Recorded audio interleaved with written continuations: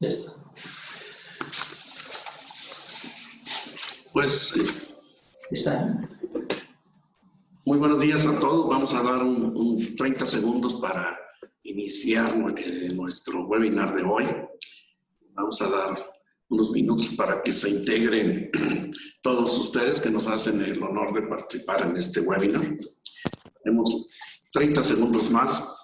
Mi estimado José Luis Fuente Pochat, buenos días. Buenos días, Genaro. En unos segundos hago una presentación formal.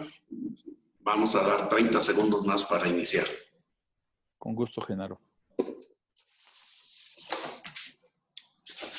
Pues muy bien, vamos a iniciar el webinar de hoy.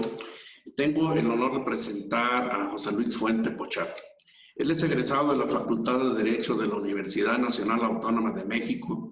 Ha desarrollado su conocimiento y experiencia en diversas áreas de trabajo profesional, tanto en administración pública como en el sector privado, en la administración de organizaciones y asociaciones a nivel nacional e internacional. En el terreno académico ha impartido cátedra en temas de derecho laboral, también sobre temas no académicos en programas para técnicos de la industria harinera. Ha dictado conferencias y charlas sobre la cadena alimenticia del trigo, tanto para productores de trigo, investigadores, molineros, panaderos, galleteros, pasteros y comercializadores, destacando en temas sobre procesos de comercialización bajo esquema de apoyos gubernamentales, mercado de futuros, seguimiento de mercados en materias primas con un enfoque sobre la cadena productiva de alimentos derivados de los granos. Lo mismo ha dado presentaciones en temas de logística, transporte e infraestructura en defensa de los industriales. Su experiencia en el sector público ha sido desempeñando diversas responsabilidades vinculadas al derecho o a los procesos administrativos en las Secretarías de Recursos Hidráulicos, Salud, Desarrollo Urbano y Ecología, en áreas jurídicas, en el anterior Departamento del Distrito Federal, hoy Gobierno de la Ciudad de México, en la Procuraduría de Justicia del Distrito Federal, en organismos no centralizados como CONASUPO, el Instituto Mexicano de la Radio, IMER, el Colegio Nacional de Educación Profesional Técnica. Además, ha sido abogado postulante a través de despacho propio. En razón de su responsabilidad en los últimos 24 años en el sector privado, ha sido presidente ejecutivo de la Cámara Nacional de la Industria Molinera de Trigo, Canimolt, donde también es apoderado y representante legal, presidente de la Asociación Latinoamericana de Industriales Molineros, y donde actualmente es vicepresidente y consejero, presidente, director general y apoderado legal de la Cámara Harinera del Distrito Federal y Estado de México, hoy fusionada por él junto con otras 6 representaciones harineras en Canimolt. Consejero delegado e integrante de mesa directiva de la Confederación Mexicana de Cámaras Industriales de México, CONCAMIN. Consejero en el Instituto de Investigaciones Forestales, Agrícolas y Pecuarias de la organización norteamericana Plains Grains Incorporated y del Consejo Mexicano para el Desarrollo Rural, entre otras organizaciones. Fundador y presidente del Comité Nacional del Sistema Producto Trigo. Fundador, consejero y apoderado del Consejo Nacional de Productores de Trigo, integrante de los consejos consultivos de normalización de salud COFEPRIS y de transporte. Actualmente, además del cargo en Canimolt, es director general de Canimolt, Proyectos y Servicios AC, donde organiza congresos, convenciones, capacitación y diversos servicios para los molineros. Antes de darle la palabra a nuestro invitado, quiero puntualizar que tenemos asignado un máximo de 2 horas para el webinar, dependiendo del tiempo que tome la presentación de José Luis. Ya dejaremos tiempo suficiente para preguntas y respuestas y pudiéramos terminar antes de la 1, pero no más allá de la 1. También, al fin, José Luis nos ha autorizado a compartir la presentación y aproximadamente 1 hora después de que termine el webinar, subiremos su presentación al canal de YouTube por si alguien la quiere volver a escuchar o compartir. Dicho lo anterior, en nombre de nuestro presidente, el ingeniero Luis Lauro González Alanís, José Luis, te damos la más cordial de las bienvenidas, un agradecimiento, como siempre, que hemos estado con Canimolt, no haciendo solo webinar, hemos estado, como decimos por ahí en la brega, en la lucha siempre por Sí. defender los intereses del sector. José Luis, el foro es tuyo y bienvenido y muchas gracias. Muchísimas gracias, Genaro. Gracias por la invitación a ti, a tu presidente y a todos los que están participando aquí. Yo voy a tratar de hacer una presentación. Es una presentación larga, son muchos los temas que me hiciste favor de puntualizarme. Entonces, voy a tratar de no ocupar más allá de una hora, por ahí más o menos, tratando de exponer y de explicar todos los temas. Cada uno de los temas que me pediste por sí mismo son temas que requieren mucha atención y mucho trabajo. Entonces, voy a tratar nada más de incorporar lo más general. Si te parece, comparto la pantalla. Espérenme tantito porque yo no soy muy hábil en estos lides. Entonces, creo que primero tengo que abrir mi presentación. ¿Ahí se ve, Genaro? ¿No? Pues algo estoy haciendo mal. Otra vez. Sí, hay que abrir la presentación primero. Está abierta la presentación. Ok, y ahora en Zoom nos vamos a compartir pantalla. Déjame ir a Zoom. Compartir. Ahí está. Ahí está, José Luis. Perfecto.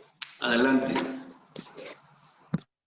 Bien, voy a empezar tratando de dar un panorama general de qué es la cámara, qué hace la cámara en su contexto, cómo ha evolucionado la cámara, en qué contexto global la cámara se desenvuelve o atiende temas que tienen que ver con la industria. Y de ahí voy a ir bajando hacia la industria de los cereales, de los granos, las estadísticas de nuestro sector y posteriormente hablaremos de comercio exterior, hablaremos de los esquemas de comercialización que se han venido utilizando para la compra del grano nacional, las políticas que tenemos internas para la compra de grano nacional y al final cerraré con el tema del COVID. Si les parece bien, presentaré un pequeño video en relación a este tema del COVID que hemos desarrollado. Me voy a la primera. La Cámara es una organización que desde el punto de vista organizacional nace por ahí de 1918-1920, casi al mismo tiempo que con Camín, cuando el gobierno quería integrar a todos los sectores en una sola visión, justo a la consolidación de la Revolución Mexicana.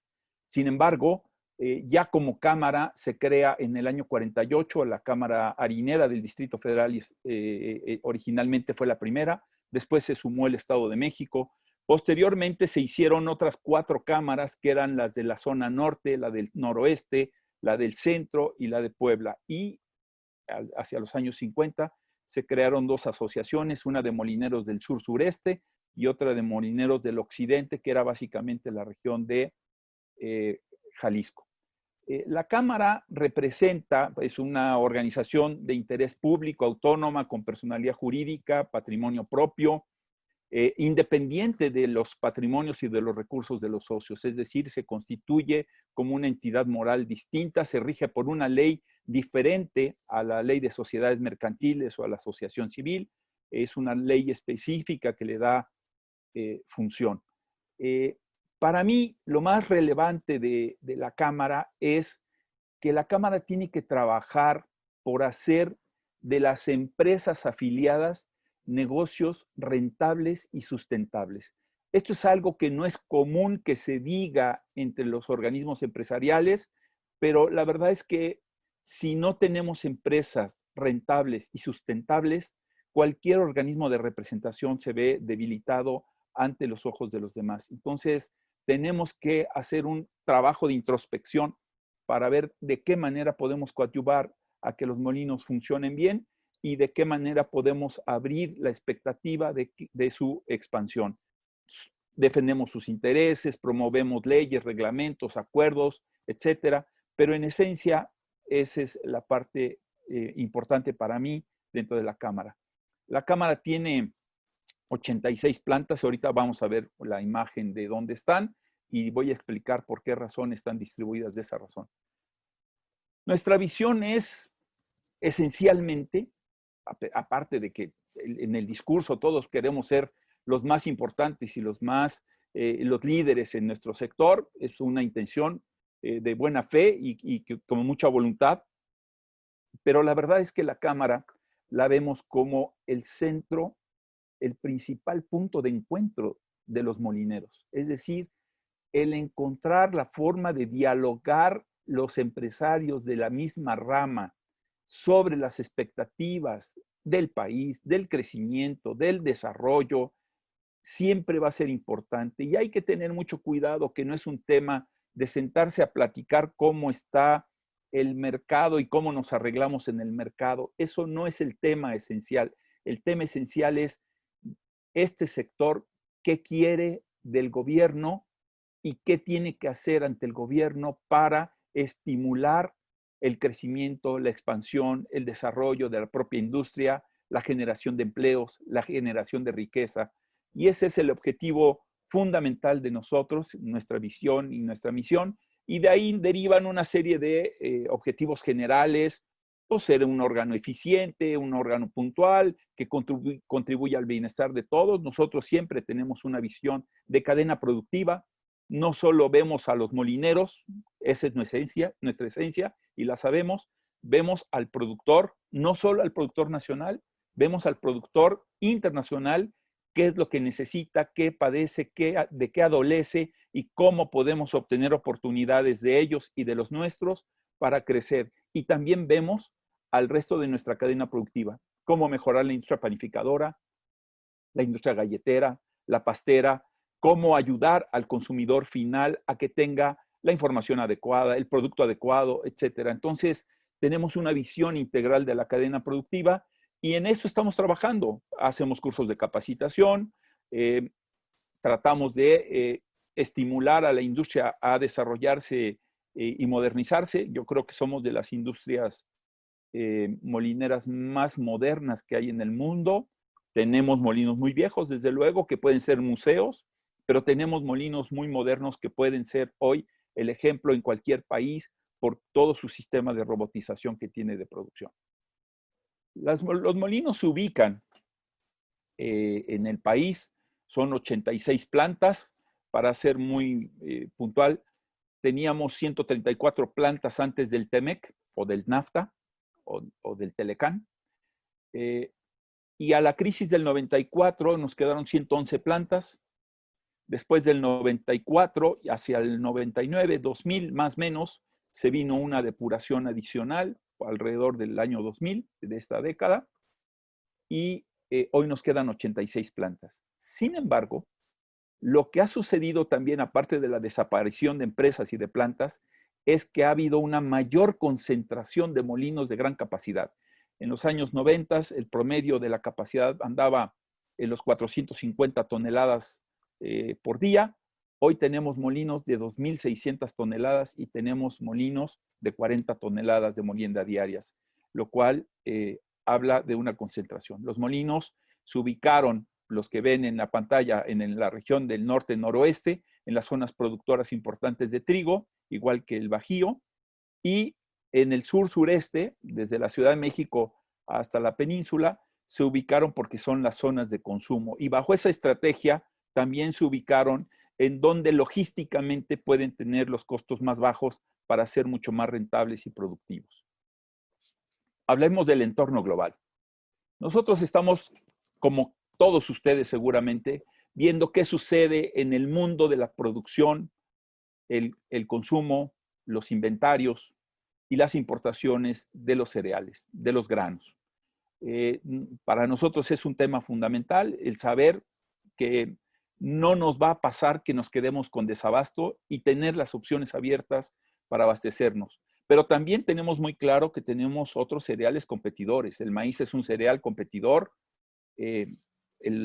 casi el doble del maíz se consume en México respecto de trigo, un poquito menos del doble, pero el consumo de maíz para consumo humano pues es mucho más alto que el de trigo.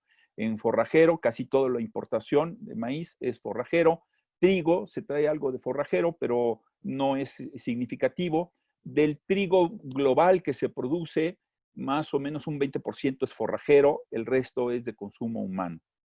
Vemos inventarios, vemos la importación y vemos la exportación de esos países y nos enfocamos en aquellos que son nuestros potenciales proveedores porque somos deficitarios en trigo y más adelante trataré de exponer las razones.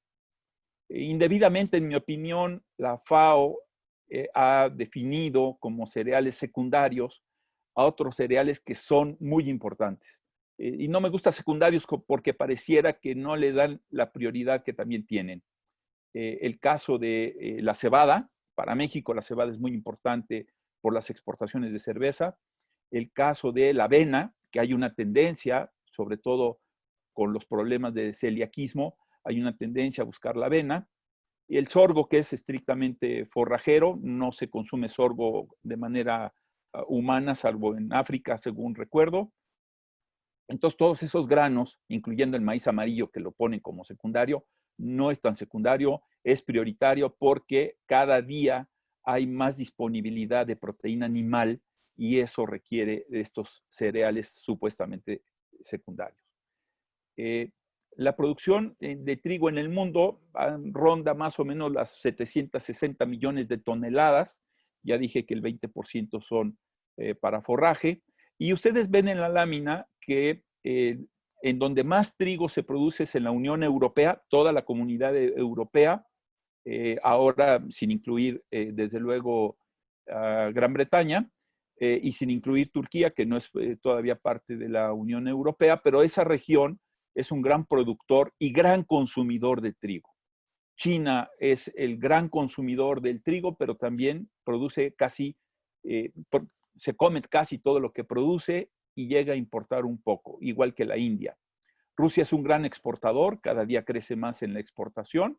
Estados Unidos es también un excelente exportador, casi el 40%, perdón, el 60% de su producción es de exportación y Canadá sucesivamente. Son los países con los que, los exportadores con los que nosotros tratamos de tener una relación comercial. Tenemos aranceles cero con esos países en trigo panificable, no en cristalino, porque la característica de cristalino es otra y la voy a referir más adelante. En el caso de el consumo, pues los principales consumidores de trigo, como ya referí, es China, la Unión Europea, que consume 126 millones de toneladas, pero exporta 10, 12. Estados Unidos exporta cerca de 28 millones de toneladas. Entonces, a estos países les ponemos especial atención porque son los que nos van a mover propiamente el mercado de la disposición de granos. No así el consumo. Vemos también los consumidores, sobre todo en la crisis del 2008, 7, 8, 9, que fue básicamente la concentramos en el 8, propició un disparo en los precios por una pérdida de la producción global y pérdida de los inventarios que se pusieron en riesgo y ni modo, tuvimos que entrar a comprar los trigos caros, pero afortunadamente teníamos el mercado americano, somos parte del mercado americano y logramos resolver esa crisis en nuestro país. Ahorita no se ha presentado, los precios han ido muy a la baja porque hay disponibilidad de grano, hay inventarios de grano, hay un aumento en la producción de grano en general en los últimos años, entonces vamos resolviendo razonablemente las necesidades de los consumidores globales. En el entorno nacional, ustedes pueden ver que la barra azul son las importaciones de trigo de los Estados Unidos, es nuestro principal proveedor, por encima incluso del abasto nacional. Después de ellos, Canadá. Canadá es nuestro principal proveedor de trigo de alta proteína, que es para nosotros muy importante, porque México se ha ido desarrollando más hacia la elaboración de panes de mucho volumen, de alta proteína. Entonces, Canadá, junto con Estados Unidos, son los proveedores de la mayor cantidad de granos con alta proteína.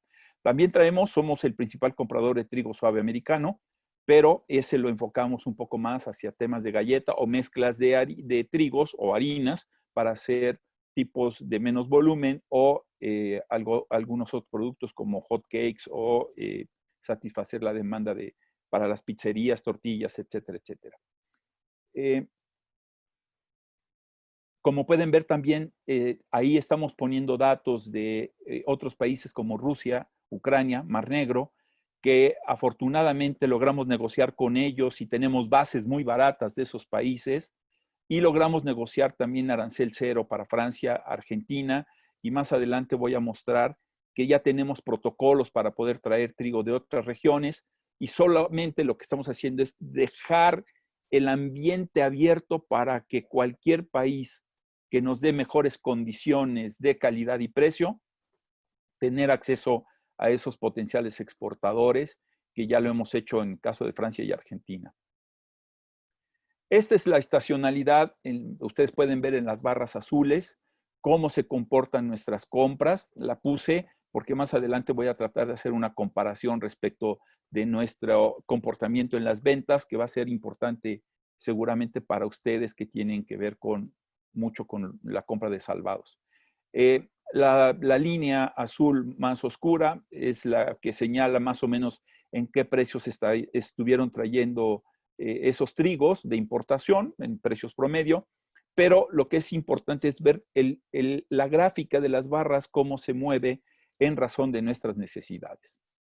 El trigo que se trae, no todo es molinero, hay una parte que también se ha traído para consumo animal, dependiendo de las condiciones del mercado nacional, de si hay disponibilidad o no de trigo forrajero, que también la tenemos para el forraje, y la mayor parte del trigo cristalino, que históricamente venía siendo excedentario y se destinaba por razón de mercado algo al sector pecuario o a la exportación. Estos son nuestros segmentos, cómo estamos importando el trigo.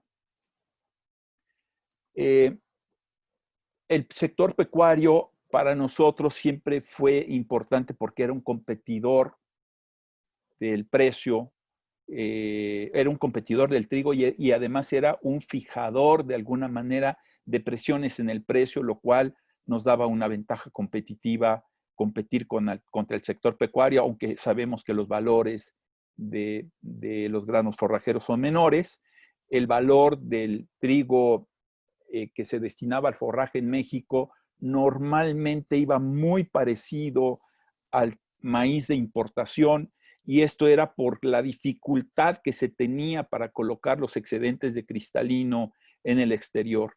Entonces, nosotros tenemos que hacer la ecuación para ver cuál va a ser el volumen y cuáles van a ser los precios que se estaban determinando en su momento. La política ha cambiado, pero cuáles eran los volúmenes que se estaban determinando en ese momento para exportación o forraje y cuál era el acceso que la industria iba a tener al trigo durum, que en esencia es el trigo más caro a nivel global, es el que menos se produce y por eso tiene un mayor valor. Es un trigo de alta proteína. Más adelante veremos algunas características de la calidad de los granos y en ese sentido entonces le ponemos especial atención por nuestra industria semolera y pastera, que para nosotros es muy importante también. Es como el 10% del mercado. Aquí ven ustedes las diferencias tanto en la producción como en los precios de trigo respecto de panificable. Para nosotros el mercado mexicano más o menos lo podemos considerar como un Harred Winter, 12% de proteína. La verdad es que traemos mucho trigo de 13 o más y medio por ciento de proteína, pero también traemos trigos de 11,5, 11,7, 12% de proteína.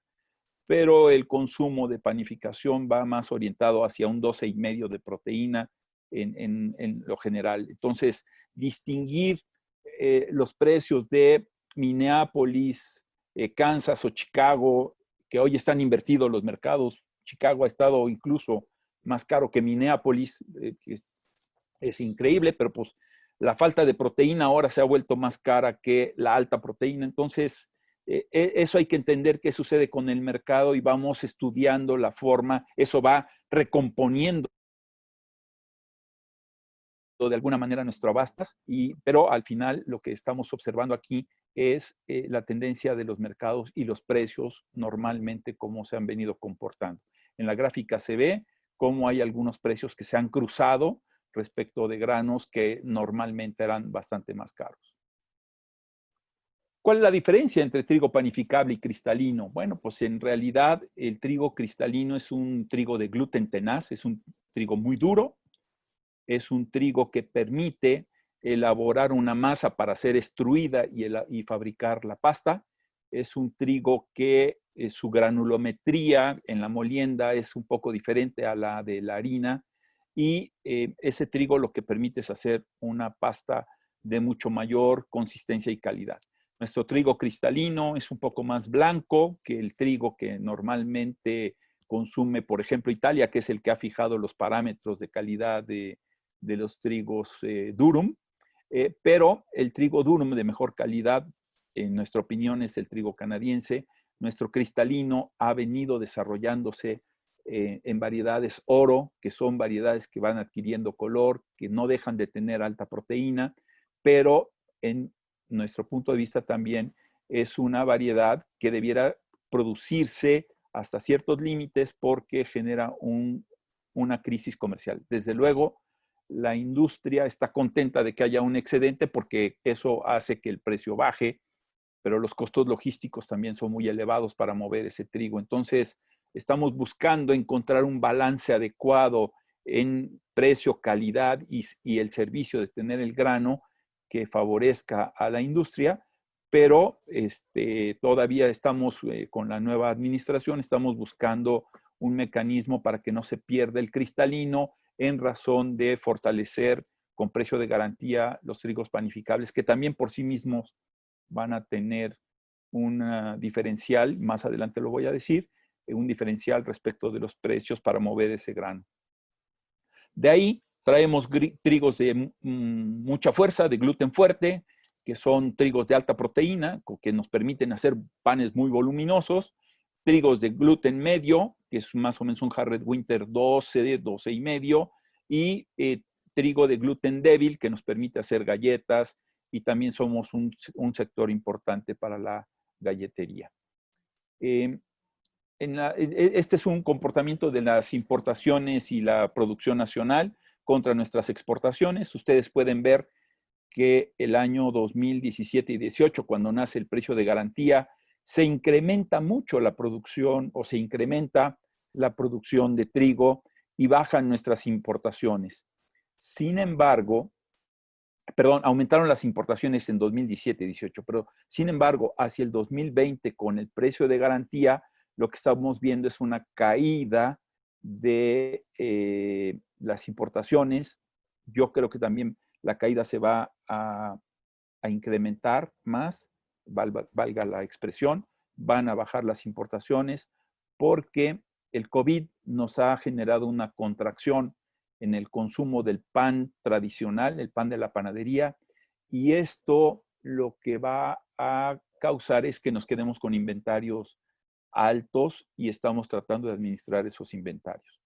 Y junto a ello, el COVID nos llega en el momento en que hay la producción de trigo nacional, que cada día se incrementa un poco más la producción derivado de reconversión de cultivos gracias al estímulo del precio de garantía.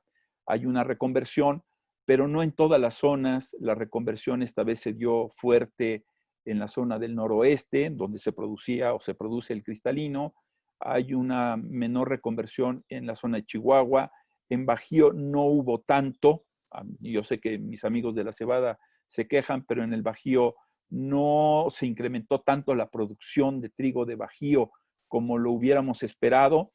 Y tenemos la expectativa de que en el primavera-verano, que es normalmente la cosecha más corta, la más baja, pudiéramos tener más trigo panificable, aunque hay que tener claro que es un trigo que está muy sujeto a las variaciones de clima. O nos toca agua o nos toca sequía, y normalmente bajo esas condiciones por el ciclo de producción del trigo no es factible. Entonces se ha orientado también mucho a la producción de cebada y de soya. Se sigue produciendo maíz, que es un ciclo todavía más largo que trigo, pero eso es más por hábitos de los productores. Estas son también nuestras importaciones expresadas de otra manera, perdón, nuestra producción nacional expresada de otra manera, y ahí lo único que yo destacaría es que el 70% de nuestra cosecha es habilitada por la industria. Aquí está la producción nacional por estado.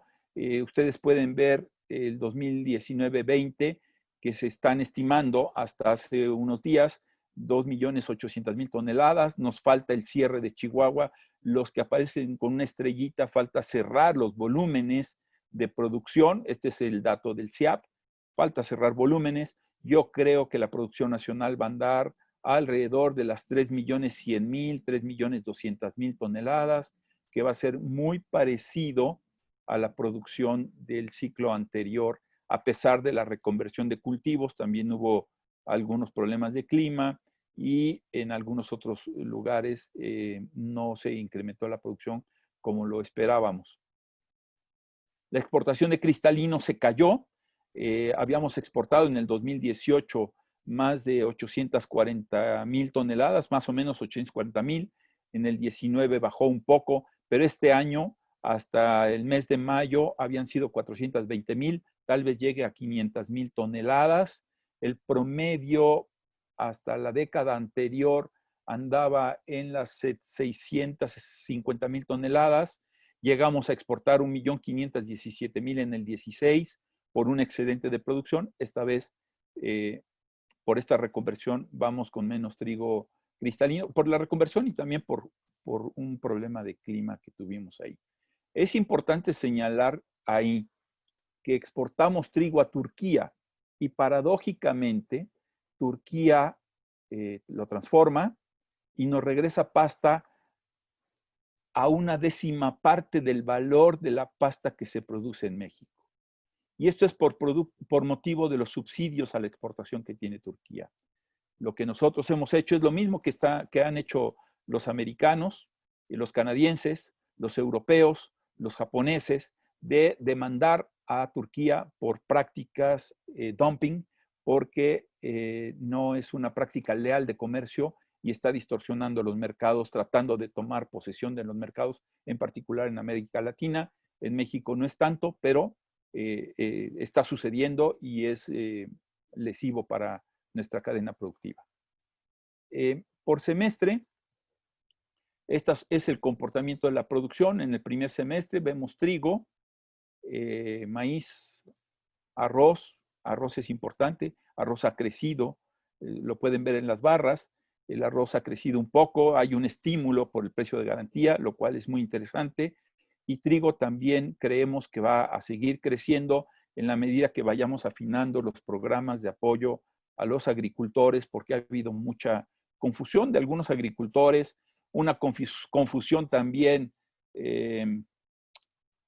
inducida por algunas organizaciones, y estamos trabajando muy de la mano de Segalmex, con los que tenemos una excelente relación, para tratar de dejar esto con toda claridad y definir bien el rumbo de lo que se pretende en ayudar al productor pequeño, al menos favorecido, pero sin descuidar de ninguna manera la intención de crecer la producción de trigo, que es también una vocación de este gobierno: aumentar la producción de trigo, aumentar la producción de maíz amarillo, arroz, frijol, etc. Entonces, tratamos de trabajar muy de la mano con Segalmex sobre este ejercicio.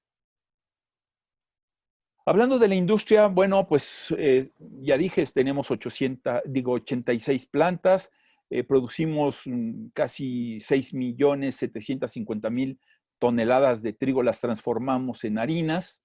Estamos conscientes que somos el segundo alimento básico de la población en nuestro país. Sabemos que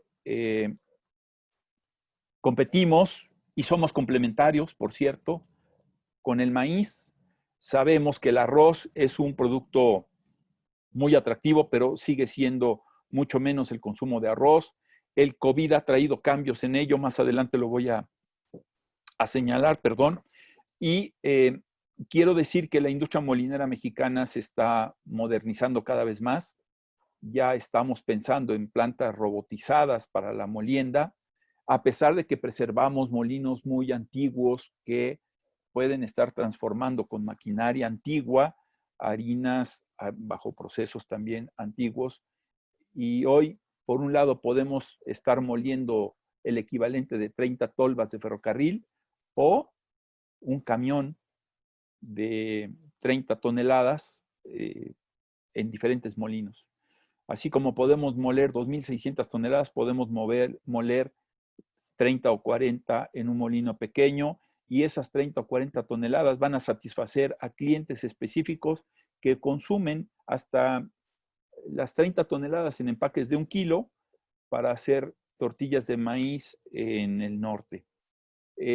Somos una industria que está consciente de su importancia y por eso hemos trabajado en adecuar y modernizar las normas que atañen a nuestra industria para hacer de nuestras harinas inocuas. No hay un parámetro normativo en el mundo más estricto que el que tenemos en México. Tampoco lo hay tan complejo para el etiquetado, lo hemos hecho más complejo, y tampoco lo hay para el enriquecimiento y fortificación de las harinas. Todos los países utilizan un canal alimenticio para fortificar las harinas dependiendo del déficit alimentario de la población. En México, por iniciativa de la industria, se buscó enriquecer las harinas para resolver el problema de mortalidad número 1 en el país, que era anemia ferropriva, de acuerdo al Instituto de Salvador Subirán, el de nutrición. Anemia ferropriva, desnutrición, es decir, falta de complejo B. Había un problema de anencefalia con columna bífida, que era falta de ácido fólico, que por cierto, según el instituto o los expertos del instituto, decían que el ácido fólico también resuelve en buena medida los problemas cardiovasculares que estaban entre la 4ª y 5ª causa de muerte en el país. Y adicionamos zinc, posteriormente lo hicimos, para aumentar la estatura de los mexicanos porque se consideraban muy bajitos, más gorditos, entonces se está intentando estimular la estatura de los mexicanos y un vehículo son las harinas de trigo. Ya dije, molemos 6.750.000 toneladas más o menos, que con una extracción del 25%, que ese 25% equivale a los casi 700.000 toneladas de salvados, se destinan básicamente al sector pecuario, aunque hay una pequeña porción que va a restituirse la fibra para hacer harinas integrales. El resto va a sémola, que son casi 550.000 toneladas para la fabricación de pasta, y el resto todo es para panificación, galletas, tortillas y otros productos. De este volumen de la capacidad que tenemos de moler es de 10 millones, voy a referirme en esta gráfica. La verdad es que hace 3 años nuestra capacidad estaba más o menos en un 80-20, 75, 76, 24 más o menos, la capacidad ocupada y la capacidad ociosa, pero con la concentración y el crecimiento de los molinos, lo que estamos observando es que la capacidad ocupada por los molinos equivale hoy al 70% y se siguen aumentando molinos y la capacidad ocupada se va a incrementar aún más. Es decir, si aumentamos la capacidad y no aumentamos la molienda en razón de ese incremento de la capacidad, vamos a tener una capacidad no ocupada u ociosa que va a generar un efecto y una presión adicional entre todos los proveedores de harinas, que es una batalla de mercado normal por ganar posición de mercado, aumentar eficiencia, pero también tiene que ver con ganar volumen y posición en el mercado, lo cual hace que el libre mercado funcione de una manera muy interesante.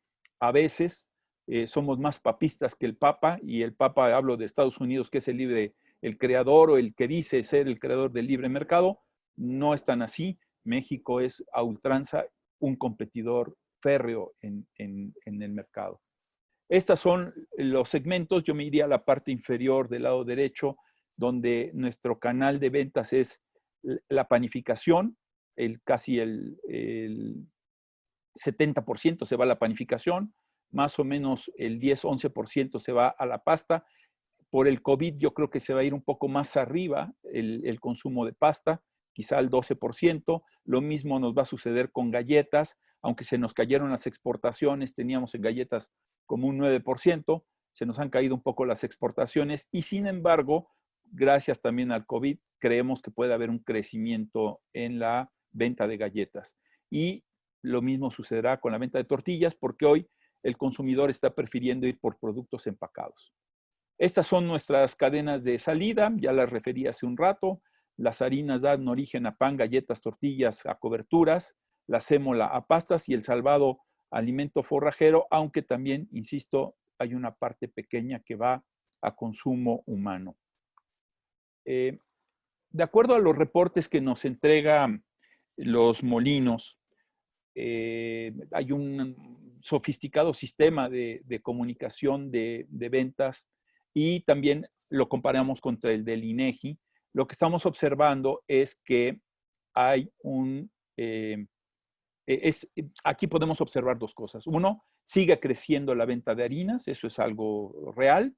Y dos, la curva de ventas de harina tiene que ver con el clima. A mayor humedad, mayor frío, hay más consumo de harinas o de productos derivados de las harinas. A mayor calor, hay una caída en las ventas de harinas y esto también se refleja en nuestras compras de trigo, a menos que haya oportunidades de precio para traer el trigo en momentos donde puede estar mucho más barato y compramos el inventario. Esta curva es casi inversamente proporcional a la venta de salvados. Es decir, normalmente cuando hace frío, lluvia, hay áreas verdes, hay pastizales, hay alimento forrajero natural y no derivado de las moliendas de otros cereales. Entonces, para nosotros la venta de salvados normalmente ocurre en tiempos de calor, aunque todo el año se está vendiendo el salvado. Estos son los aportes nutrimentales de cada uno de los cereales y nosotros nos analizamos con los cereales. No me voy a meter en toda la gráfica, solamente debo decir que estadísticamente una población que se puede considerar de primer mundo debe estar consumiendo entre 130 y 140 kilos per cápita anual de cereales. México está abajito, cerca de los 120 kilos, está un poco abajo, no es malo, no es mala la alimentación de cereales que tenemos, entonces habría que considerar los factores de nuestro sobrepeso de otra manera. Y eso tiene que ver con esta gráfica que hemos presentado en diferentes foros. No, tengo varias gráficas relacionadas con esta, me enfoqué nada más en la de América Latina. Ustedes pueden ver la grafiquita, lo que quiere presentar es que a mayor consumo de trigo no necesariamente somos obesos, como tampoco a menor consumo de trigo somos flacos. Esto tiene que ver con otros factores. Lo que sí es directamente proporcional es que entre más obesos hay, más gasto público en salud se tiene que invertir, público y privado. Se gasta más dinero público y privado entre más obesos haya. Y eso está totalmente disociado del consumo de trigo. Se va a quedar esa gráfica, ustedes la verán. Si alguien quiere alguna gráfica del resto de Latinoamérica, aunque son viejitas, siguen siendo vigentes. En resumen, los países que más consumen trigo presentan menores tasas de obesidad y sobrepeso. Y son los que registran menor gasto en salud, como ya lo referí. Los derivados de trigo no están directamente relacionados con la obesidad y el sobrepeso. Tiene que ver con otros temas factoriales. Y los productos fabricados con las harinas de trigo, todos, pan, galletas, pastas, sopas, etcétera, están enriquecidos con vitaminas y minerales para resolver los problemas de salud que ya lo dijimos y somos defensores a ultranza de una dieta balanceada, de una alimentación balanceada. Lo hemos trabajado con el Instituto de Nutrición Y lo seguiremos trabajando con la Administración 4T y esta Secretaría de Salud y COFEPRIS, y ahora Economía, que está muy metido en el tema, tratando de orientar bien al consumidor, pero bien, no como luego se hace de otra manera. Queremos que el consumidor esté bien informado. Nuestros derivados en el comercio, bueno, la harina, hemos importado 250,000 toneladas de harina. Quiero ser muy claro, puse este dato porque me lo pedía Genaro. Nosotros importamos mucha harina, es poco menos del 2%.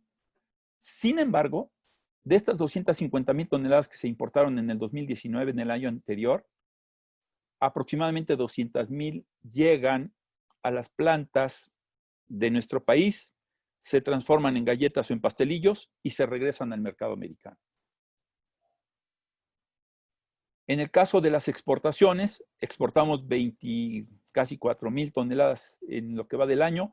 El año pasado cerca de más de 48,000 toneladas y no regresan las harinas porque van destinadas más o menos regularmente a la zona de Centroamérica y el Caribe, que al final de cuentas son poblaciones que requieren de nuestros productos. La harina de México se exporta y se exporta bien porque es la más barata del continente americano. Somos quienes más barato tenemos el precio de la harina, salvo algunas regiones de Kansas o Oklahoma, que son zonas productoras de trigo. Esporádicamente nos ha sucedido con Argentina, y Argentina tiene a veces controles de precios, pero en el resto somos los que más barata vendemos la harina en el continente. En el caso de la sémola, importamos, y no me van a creer, pero ahí las 170 o 153 toneladas tienen que ver con un producto de color, pero somos exportadores de casi 60,000 toneladas de sémola y que van mucho al mercado americano. Ya tenemos plantas del lado americano que están produciendo pasta para exportar al mercado americano. El mercado americano es un mercado de nostalgia para nosotros también, y entonces estamos también yendo al mercado americano de algunos productos que tienen mucho denominación mexicana. En el caso de gluten, lo puse, es una petición también de Genaro. El gluten lo que hace es aumentar el volumen del pan, aumentar la proteína, estabilizar de alguna manera la elaboración de los panes industrializados, y cada día importamos más gluten. Este reporte es el gluten bajo la fracción arancelaria que corresponde al gluten, pero también hay importadores que usan la regla octava, la importación, y entonces en realidad estamos trayendo de gluten cerca de 13,000 toneladas anuales de gluten para mejorar esa estabilidad en el pan o mejorar algunos tipos de harina. Podemos tener trigos muy baratos y, y a sus harinas les adicionamos gluten, podemos enriquecerlas y mejorarlas, y también es una orientación que tiene nuestro país. Exportamos algo de gluten, no me entiendo la razón, pero seguramente será un tema de precio, pero en realidad no es significativo porque no somos productores de gluten. En el caso de los salvados, que son los que más pudieran interesarles a ustedes, históricamente traíamos importaciones de salvados de países donde no tenemos tratado comercial y se deben pagar los aranceles. Eso lo hemos defendido reiteradamente tanto en Hacienda como en Economía, que cada quien pague lo que tenga que pagar en la importación o en la exportación. Y este año vemos una disminución en las importaciones de los salvados. Se dan mucho hacia la zona sureste, en razón de que están más lejos de las zonas productoras de estos salvados, y allá estamos también tratando de atender el mercado por esta forma que está distribuida la industria molinera. En el caso de las exportaciones, realmente no exportamos salvado. El salvado que se importa o se exporta es producto de la deficiencia en la producción animal o la autosuficiencia en la producción animal de los países. Estos son precios más o menos estimados de acuerdo al INEGI.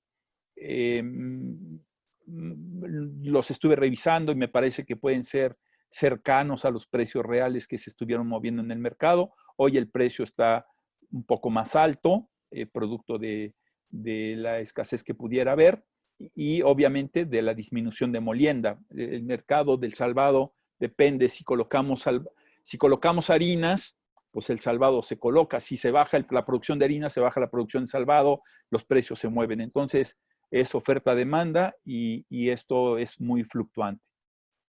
Políticas gubernamentales. No me voy a detener en esta gráfica, solamente se las quiero dejar para que vean que venimos de una evolución histórica de diferentes esquemas de intervención del Estado en las políticas del campo. Empezamos con los viejos precios de garantía, que lo que hacían era unificar el precio del grano en todo el país, lo que significaba que el costo logístico lo absorbía propiamente el gobierno, y después evolucionó con varios sistemas distintos hasta que desaparece CONASUPO, aparece Acerca y se van innovando diferentes mecanismos hasta llegar a agricultura por contrato, que creo que tuvo una etapa muy interesante de capacitación tanto a productores como a compradores de los granos. Creo que fue interesante, no se acabó de concretar esa parte de capacitación y nace ahora en este gobierno los nuevos precios de garantía, pero bajo una figura distinta, donde el propósito esencial es darle al agricultor pequeño un recurso que le permita vivir. Y creo que eso es muy importante porque es lo que este país ha descuidado, a los pobres. Entonces, nosotros creemos que esa vocación del gobierno es correcta, es adecuada, es sana, pero habría que estar viendo que eso no sea solamente la flor de un día, sino que se mantenga en el tiempo en los productores pequeños, también sin descuidar la producción nacional, que es necesario aumentarla sin descuidar, y ese ha sido mucho nuestro trabajo. No descuidemos la vocación del suelo o el clima sobre un producto que es altamente rentable por meter un producto que no lo va a hacer para ese propio productor. Entonces estamos buscando encontrar ese balance. Cuando nosotros vimos el decreto de creación de Segalmex, inmediatamente nos acercamos a las nuevas autoridades para entender el propósito de Segalmex. Lo escuchamos, lo entendimos, les hicimos propuestas, firmamos un convenio y estamos trabajando muy de la mano con Segalmex. Nosotros vamos al mercado, compramos el grano al mercado y damos toda la información posible a Segalmex para que Segalmex le pague directo al productor, que esto es una maravilla, directo al productor. En la cuenta donde nosotros le pagamos el grano al productor, Segalmex le deposita el apoyo que determinó Segalmex otorgarle al productor pequeño, al mediano, al gran productor. En el caso de trigo, creo que está haciéndose algo parecido con maíz, con arroz, con frijol, y creo que es un enfoque interesante. Desgraciadamente nos toca un año difícil, y también nos toca un año donde los recursos públicos pueden acabarse y eso puede generar un problema. Entonces, tenemos que ser muy precisos en lo que queremos y creo que este gobierno hace bien en atender a los pobres sin descuidar la producción, porque también un segundo propósito es aumentar la producción de trigo. Y un tercero que tenemos aquí es que no se pierda la semilla por venderla a un buen precio. Voy a tratar de referir rápidamente, quedan 20 minutos, voy a tratar de referir rápidamente la construcción del precio, cómo lo hacemos nosotros. Pues primero determinamos, igual seguramente que ustedes, un precio de indiferencia. Tomamos los futuros de la Bolsa de Chicago, las bases, los fletes, los gastos de internación, el tipo de cambio, la tasa de interés y los almacenajes. Toda esa estructura nos va a ayudar a saber cuál es el precio de indiferencia, que la forma más sencilla es que pues alguien me cotice en mi planta cuánto me cuesta tener una tonelada de trigo en mi planta en el Valle de México, en el Valle de Puebla, o en el Bajío, o en el norte, o en el noroeste, o en el sureste.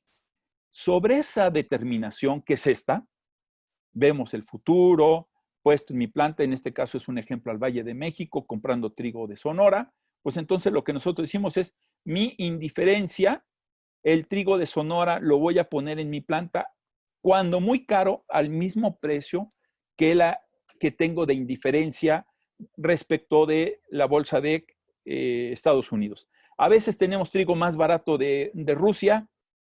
La Cámara ha pedido a los molineros que no tomemos como referencia el mercado barato ruso o argentino, que en algún momento dado llegó a darse, que usemos el de nuestro principal proveedor, que es Estados Unidos. Es la forma que nosotros determinamos el precio en la industria. La forma en que se determinaba en Acerca, que también lo deben conocer ustedes bien, será el futuro, las bases, se discutían las bases, se tomaba el precio de indiferencia en la planta, de ahí hacíamos el cálculo de las bases nacionales, el flete, el almacenaje, los financieros. Porque hay una diferencia en esto, y eso también lo hemos platicado mucho con Segalmex. El trigo nacional o la producción nacional de granos se comercializa en un mes, 2 meses máximo. Pero las compras internacionales las vamos haciendo mes a mes, reponiendo nuestros inventarios. Este manejo de hasta 12 meses de inventario de la producción nacional respecto de las compras periódicas que hacemos de la importación, tiene un costo de almacenaje, de financiamiento, y entonces ese costo se ha ocultado o se ha manejado o se ha negociado a partir de las bases nacionales. Y así es como construimos agricultura por contrato, con la diferencia de que se daban en un origen, partiendo de la época dorada para muchos, pues se daban coberturas put y call al productor, al comprador, de tal manera de que las variaciones del mercado las pagaba el propio mercado, salvo la compensación de bases que las pagaba el gobierno. Esto se fue retirando, me parecía que era una idea afortunada que los sectores se apropiaran del esquema y se fue retirando hasta que, la verdad, en mi opinión particular, se abrieron esquemas de agricultura por contrato a productos que no lo necesitaban, que no tenían un problema comercial y que incluso tenían una doble tributación, un doble subsidio, lo cual hizo que la bolsa se volviera enorme y era insostenible. Y bueno, la consecuencia fue que desaparece agricultura por contrato por los vicios mismos de quienes estuvimos trabajando para ello. Llega Segalmex y Segalmex lo que dice es: yo voy a establecer un precio de garantía al agricultor. En el caso de trigo, de hasta 100 toneladas, el productor de hasta 100 toneladas es un predio pequeño, es un predio que debe ser 15 hectáreas, 14 hectáreas, más o menos, dependiendo de los rendimientos, pero se establece hasta 100 toneladas. Ese pequeño productor va a recibir a su bolsa 5,790 pesos. Pero eso no quiere decir que se los va a pagar la industria molinera. Eso quiere decir que la industria molinera va a demostrar el precio de su importación y darle los elementos a Segalmex para determinar el monto del apoyo que le va a dar a ese pequeño productor para llegar al 5,790. Sin embargo, en el año 2019 es el último año del precio del ingreso objetivo. El ingreso objetivo de alguna manera establecía un apoyo al resto de la producción después de esas 100 toneladas. Al desaparecer este año, lo que hicimos platicando con Segalmex es que no habiendo ingreso objetivo se iba a generar una distorsión de mercado enorme.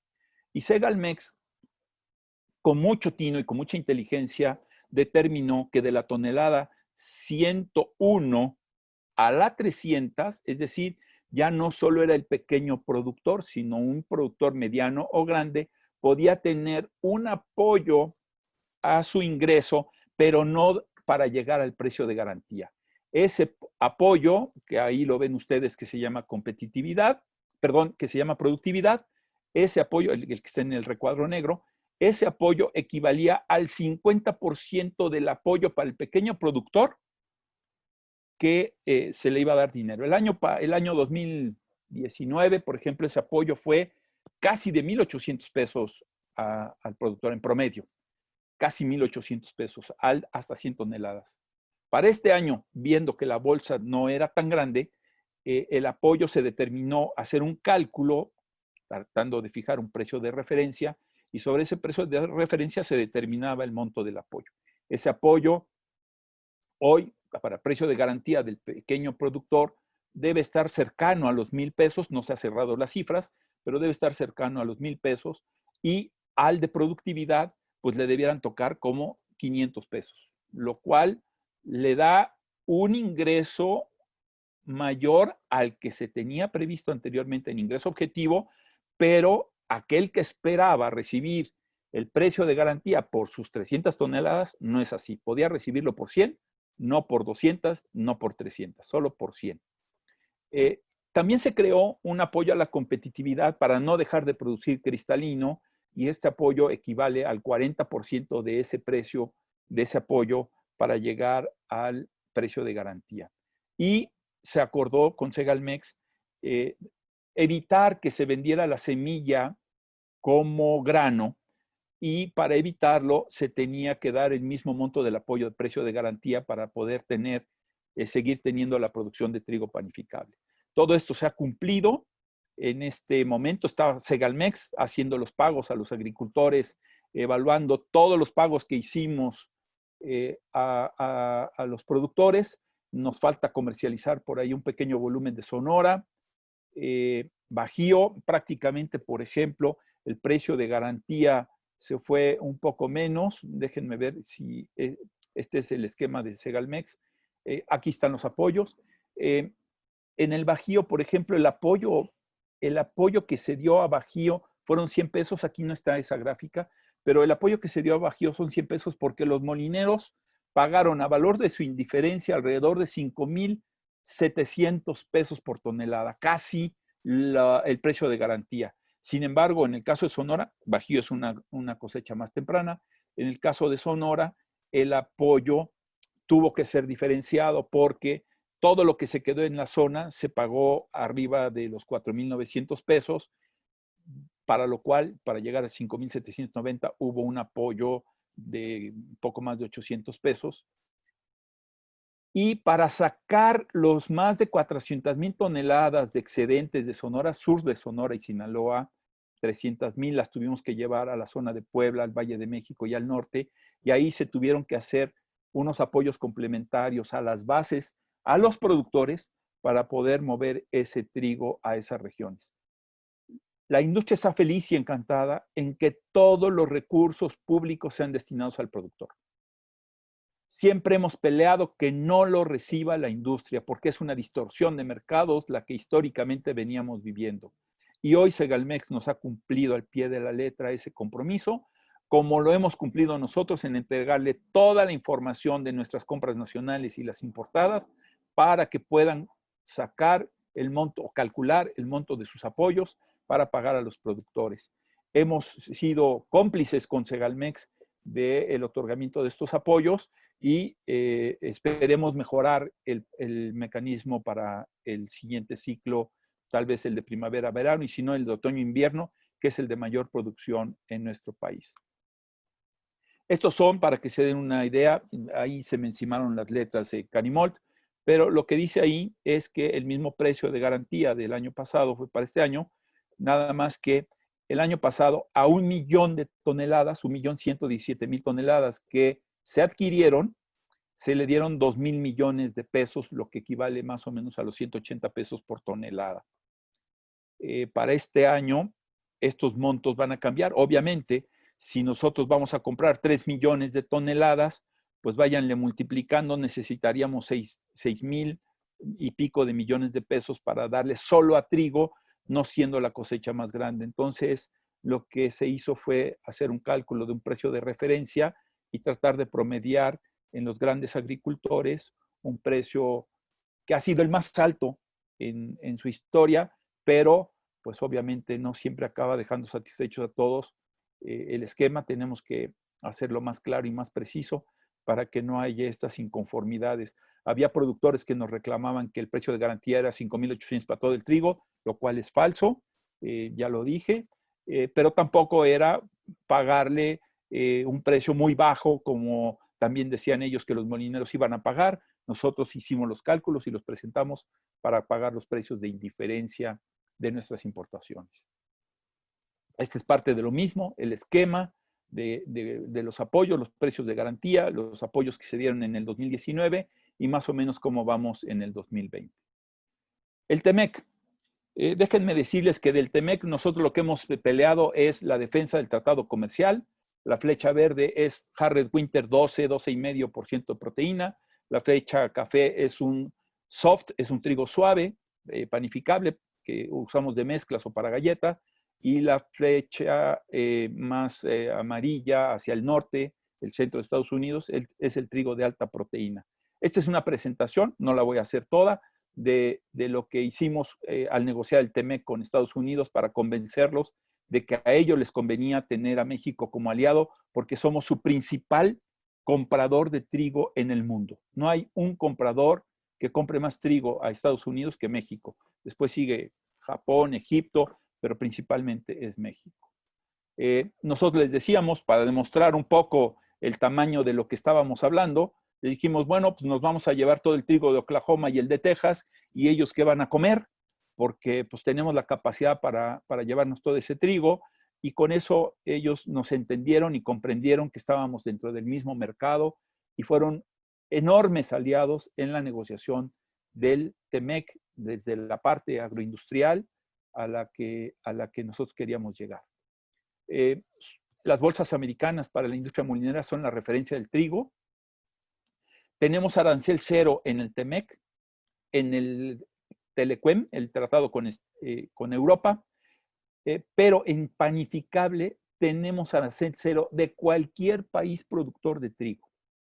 Esta fue una negociación de hace muchos años que hicimos en economía para que el trigo panificable, de donde somos deficitarios, lo pudiéramos tener en arancel cero, solo en trigo panificable.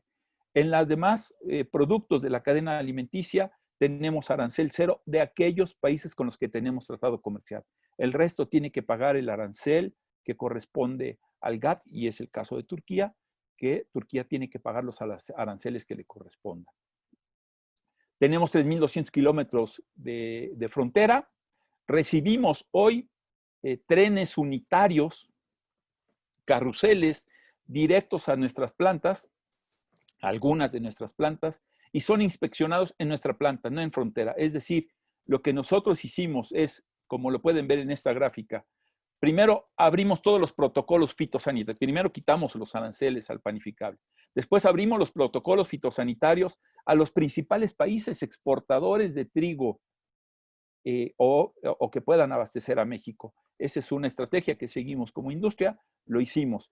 Y después empezamos a ver los protocolos con relación a Estados Unidos para que no se nos detuvieran los embarques por presencia de suelo o por la causa que quisiera el inspector.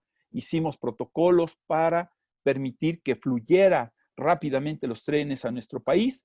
Tenemos 5 protocolos previos a presencia del suelo, certificación en origen, certificación en el punto de entrada, fumigación, control de plagas en el punto de entrada o en el embarque, y también los tenemos en destino con eliminación de residuos, etcétera. Todos esos protocolos los trabajamos incluso con CONAGO, del que también CONAFAB es parte, y explicamos estos protocolos y trabajamos juntos.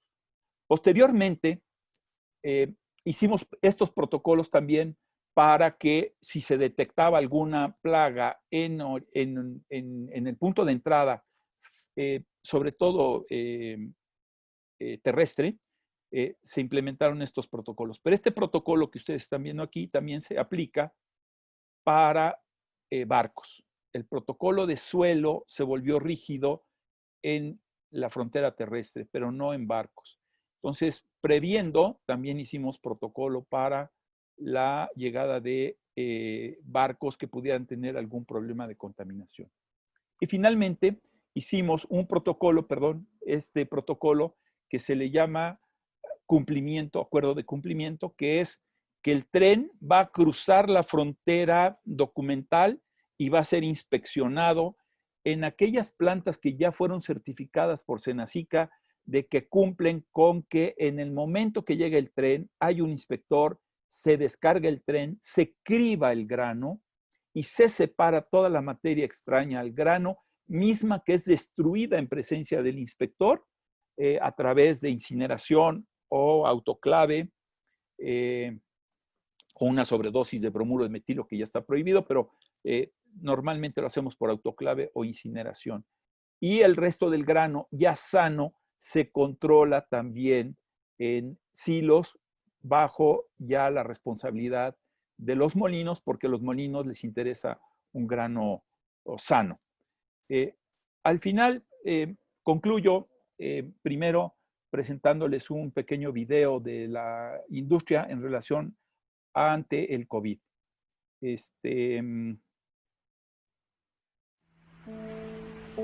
Hoy, cuando todos nos enfrentamos a un problema de escala mundial, los mexicanos contamos con hombres y mujeres valientes, héroes cotidianos que salen de sus hogares, mientras los demás deben mantenerse en casa para evitar contagios. Trabajadores y trabajadoras que en este momento deben dejar a sus familias para ayudar a México. Aquellos que se encargan de proveer y mantener nuestros alimentos limpios y descontaminados. Gracias a todos ellos, podemos asegurar nuestra sana alimentación.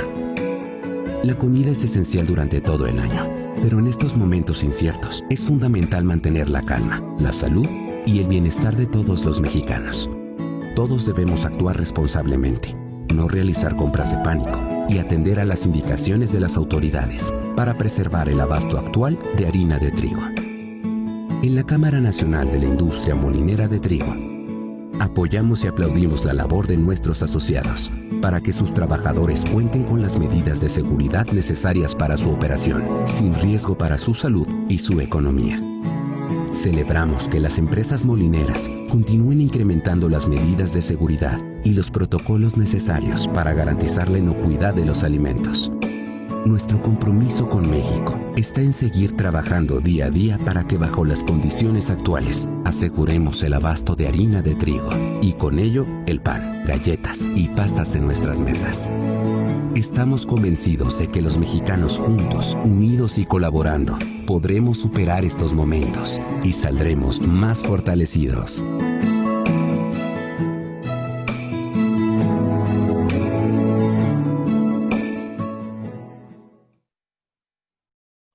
Bien, lo que hicimos en la Cámara, aparte de este video donde mandábamos un señal muy claro, no solo a las autoridades, a la sociedad, sino también a nuestros propios socios, era comprometernos en que no haya desabasto. Nosotros teníamos mucho temor de que pudiera darse un problema de desabasto en harinas y obviamente en el resto de la cadena productiva.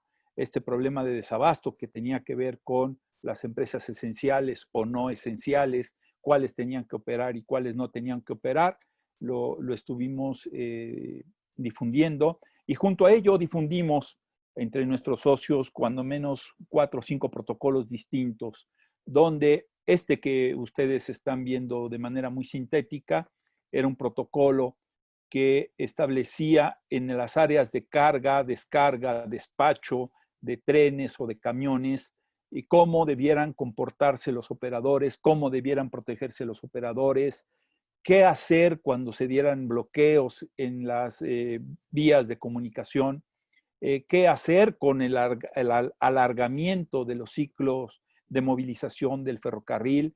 Recuerden que el problema de la pandemia es mucho más grave en Estados Unidos y nuestro mayor volumen viene de ahí. Entonces, todo eso lo estuvimos evaluando y presentando una serie de propuestas a nuestros socios para evitar el desabasto.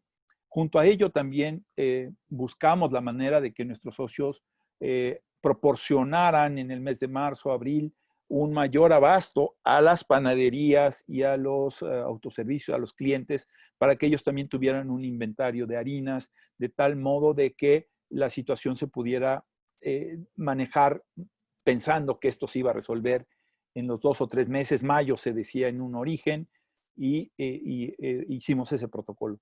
Después hicimos un protocolo para la parte interna de las plantas, tanto el área operativa de los molinos, toda la gente de operaciones, qué debía tener la planta para que el operador que seguramente se movía en un transporte público fuera observado y vigilado, y en dado caso de que alguno de ellos tuviera algunos síntomas, cuál era el mecanismo que tenía que seguir, el procedimiento que tenía que seguir para reportar su condición física y con ello iniciar toda esta actividad que tenía que ver con el gobierno, informarle al gobierno de la posibilidad que teníamos de algún probable enfermo por COVID.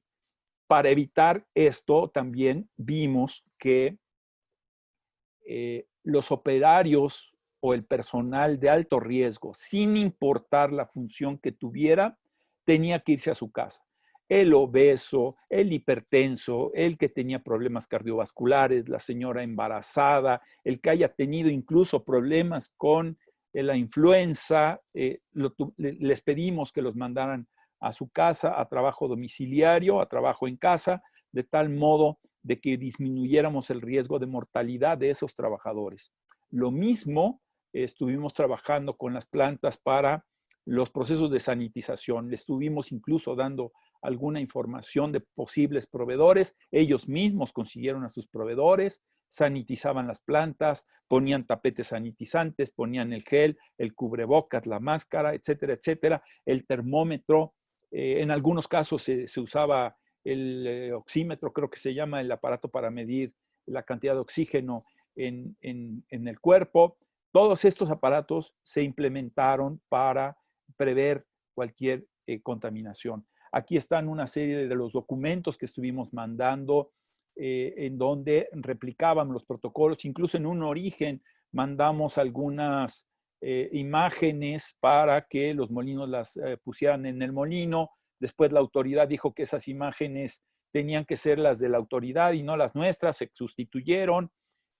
En fin, estuvimos advirtiendo de todos los protocolos. Posteriormente también llevamos procedimientos para la detección de casos enfermos y cómo orientarlos y canalizarlos a la propia autoridad. Hicimos también protocolos para que aquellos trabajadores que con mucho colmillo querían decir que estaban enfermos para no ir a trabajar, también los obligamos a que tuvieran una revisión médica en el Seguro Social, la instancia pública, que avalara si tenía o no algún problema para que se fuera a su casa, etcétera.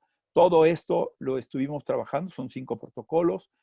Tenemos el protocolo también de oficinas y el nuestro propio de la Cámara para prevenir. ¿Cuáles son, me preguntaba Genaro, los efectos del COVID en nuestra industria? Bueno, pues se nos cayó el 30% de las ventas en las panaderías tradicionales. Hay panaderías que incluso cerraron porque sus ventas se fueron al piso, y hay panaderías que se mantuvieron abiertas con poco personal y esperando que se llegara. El mayor efecto fue que las panaderías que tenían clientes industriales, por ejemplo, los restaurantes, pues obviamente cerraron los restaurantes, cerraron los comedores industriales, entonces esa parte del abastecimiento se vino para abajo. Paradójicamente, el consumidor mexicano se fue a los productos de anaquel. Estos tan cuestionados por la actual administración, que son los preenvasados, fueron los de mayor consumo en el anaquel porque son los que daban seguridad en que iban a ser inocuos. Son los que, por su envasado, son los que son inocuos, son los que tienen nutrimentos, son los que se pueden desplazar y tener más vida de anaquel. A esos productos fueron por pastas, fueron por galletas, fueron por harina de 1 kilo, harinas preparadas, fueron por tortillas preenvasadas, no tanto las de la tortillería, fueron por arroz, fueron por esos productos que les daban certeza de tenerlos en su casa sin que se pudieran contaminar. Tuvimos sobreinventarios, tenemos sobreinventarios de trigo y en su momento tuvimos sobreinventarios de harina, hoy se están desplazando. Tuvimos dificultad en la recuperación de las carteras vencidas. Obviamente, el cliente está cerrado, el cliente no está operando y entonces pues no está pagando la venta de harina que se ha dado a crédito y que ha sido un problema histórico, pero ahora se ha vuelto mucho más grave. En el caso del financiamiento, nos han subido las tasas hasta 4 puntos, hasta 5 puntos, para la compra de trigo y de otros insumos, maquinaria, equipo, etcétera, lo cual también hace caro la operación de los molinos.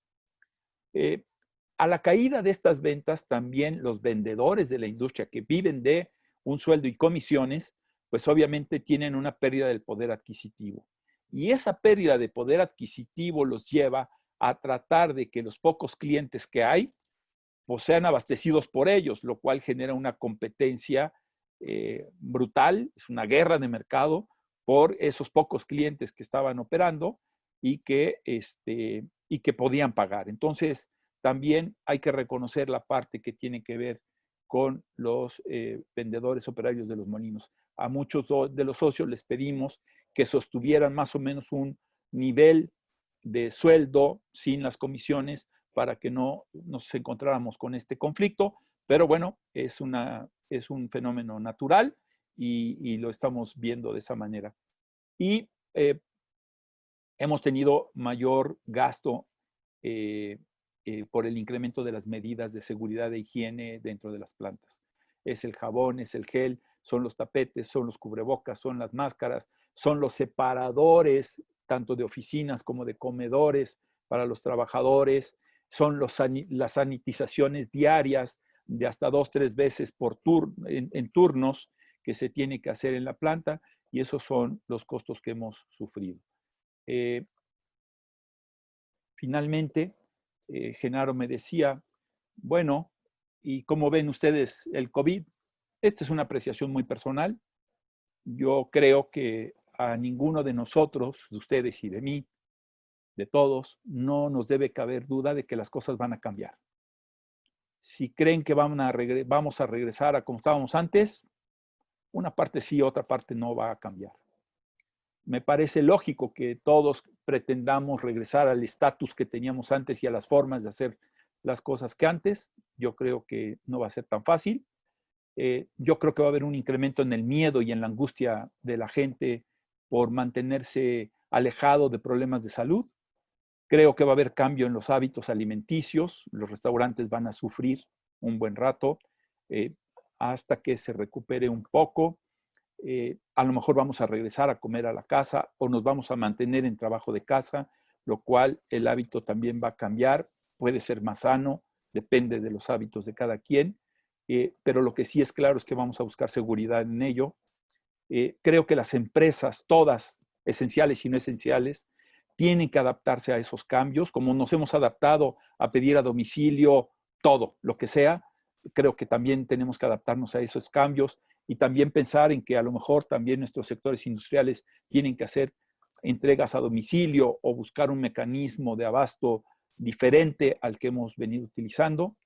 El TEMEC y la 4T van a propiciar cambios en lo laboral y en lo financiero en las empresas.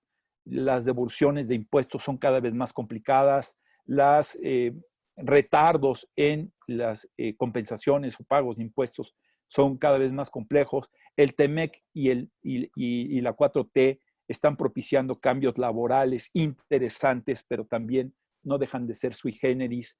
En Estados Unidos se trabaja por hora y se paga por hora, en México no. En México hay mucho más estabilidad en los empleos, en Estados Unidos no. Entonces nos exigen cosas que ellos no cumplen, pero nosotros ya nos comprometimos a cumplir la parte que nos corresponde. ¿Subirán los precios de los productos? Yo creo que va a suceder, junto con el alza de ingresos que se espera que haya, que será muy afortunado en el país que haya un mejoramiento de los ingresos, aunque va a haber una pérdida muy grande de los empleos. Creo que es algo que va a suceder. Por esta dinámica que puede cambiar, va a haber cadenas de suministro que se van a encontrar complicadas y van a ser afectadas, y se tienen que preparar para innovar la forma de integrarse o la forma de resolver sus conflictos. Y creo y confío, estoy seguro, toda la vida lo he hecho, que los alimentos esenciales seguirán creciendo. La población sigue comiendo, a pesar de la pérdida de los mercados que pudiera haber en la calle, la gente va a seguir comiendo y tenemos que innovar. La gente cada vez come, para beneficio de ustedes, más proteína animal, el poder adquisitivo lleva a un crecimiento de la proteína animal, y eso también lo tiene que considerar la autoridad, porque la dieta, el balance de la dieta en México también tiene que cambiar y no es rumbo adecuado para todo lo que yo puedo referir. Quedo a sus órdenes para cualquier cuestionamiento. José Luis, pues excelente presentación. ¿Me escuchas? Sí, perfecto. Ok, excelente presentación, muy ilustrativa. En lo personal, no solamente datos duros, sino aprendí cosas que no conocía, la verdad, interesante. Yo tengo aquí algunas preguntas, comentarios que han ido surgiendo durante tu presentación. Vemos una tendencia en los últimos años a que la producción de trigo de México disminuye.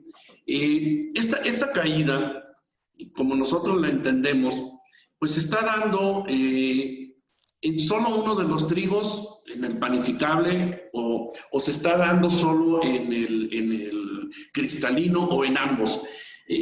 ¿Cuál es esta tendencia? La tendencia en el trigo, hay que distinguir que el trigo es esencialmente 4 diferentes tipos de trigo. El cristalino, el duro panificable, el medio y el suave. Y hay un forrajero, pero el forrajero normalmente para nosotros es aquello que no se puede colocar en el resto de la industria. Lo que ha sucedido en particular en el Bajío, que llegamos a tener producciones de cerca de 1 millón de toneladas, 950,000 toneladas en el ciclo otoño-invierno, ha disminuido porque no se le ha dado al Bajío la suficiente agua para sembrar los 3 o 4 ciclos que requiere. Y eso ha privilegiado de alguna manera la cebada, que requiere un riego menos que en el trigo. Entonces, hoy lo que estamos viendo es una producción menor en el Bajío de alrededor de 650, 700,000 toneladas, hablando de Guanajuato, Michoacán y Jalisco. De esos 3 estados son los que concentran la mayor producción. Guanajuato es el mayor. Si no hay agua, el agricultor no tiene manera de arriesgarse a sembrar más trigo. Ahí hay una caída derivado de ese problema. En el caso de los primavera-verano, y me voy a dejar al último el del noroeste porque es un fenómeno distinto. El caso de Chihuahua es más o menos parecido al tema de Bajío. Chihuahua llegó a producir 150,000 toneladas, hoy debe andar, gracias al estímulo del precio de garantía, alrededor de 120,000 toneladas, pero normalmente producía 80 o 90,000. Chihuahua está recuperando un poco su producción. Primavera-verano es un trigo que tiene un alto riesgo de siniestralidad, porque siempre se siembra en el mes de julio, se cosecha hacia diciembre-enero. Julio, agosto, y se cosecha en diciembre-enero. Y el problema es que en esos 2 ciclos nos tocan los huracanes. Y entonces, o nos toca agua o nos toca sequía. Y los trigos se ven muy dañados y acaban siendo alimento forrajero porque no sirven propiamente para la calidad molinera. O se compran volúmenes que se tienen que mezclar con el resto de los trigos durante un año, lo cual tiene un costo financiero y un costo de almacenaje importante. El noroeste es distinto. Noroeste siempre se le dio una vocación, desde Burlock, se le dio una vocación hacia el trigo cristalino, a la sobreproducción de cristalinos, y se le fue encontrando un mercado a la exportación. Pero cuando aparece el estímulo al precio de garantía, los productores del noroeste se orientan a reconvertirse en maíz, que también tiene su precio de garantía, o trigo panificable, y en esa reorientación disminuyen la producción de trigo, además de que hubo algunos problemas de producción de rendimientos. Entonces, sí vemos una caída, y sin embargo, en la medida que encontremos la pieza que pueda completar el rompecabezas con Segalmex, creemos que va a aumentar la producción de trigo, pero debemos ser claros, nunca vamos a alcanzar la autosuficiencia porque nunca la tuvimos. La tierra en México no da para poder ser autosuficiente en trigo, lo da para ser autosuficiente en maíz, lo da para ser autosuficiente en cebada, pero no en trigo. Y en maíz humano, porque hoy la cantidad que demanda el sector pecuario es brutal y tampoco hay forma de, por la necesidad de agua, de producir tanto maíz, más de 30 millones de toneladas de maíz, es muy difícil. Entonces, lo que hemos sostenido es déjale la rentabilidad a las frutas y hortalizas que te generan divisas y mejor invierte parte de esas divisas en la compra de aquellos granos que son deficitarios para nuestro país. Escuchando tu comentario, veo cierta analogía con el mercado del maíz y del trigo, y te digo en que en el caso del trigo cristalino, al igual que el maíz blanco, sí somos autosuficientes, pero somos totalmente deficitarios en panificable y en maíz amarillo. Entonces, y lo veo en la política de precios de garantía que mencionaste, donde los apoyos más fuertes se están dando al panificable y al cristalino hay mayor restricción de los apoyos en general.